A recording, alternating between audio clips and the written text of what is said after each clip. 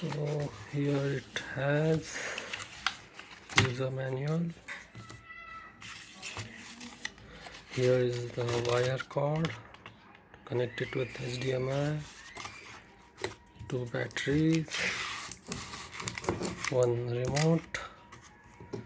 This is the Fire TV stick.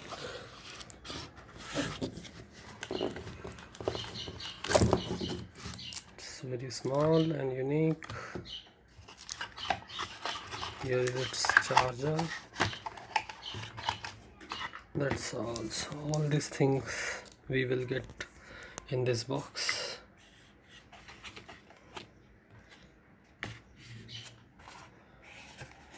So let me connect it with my TV and I'll be reviewing its features. Thank you.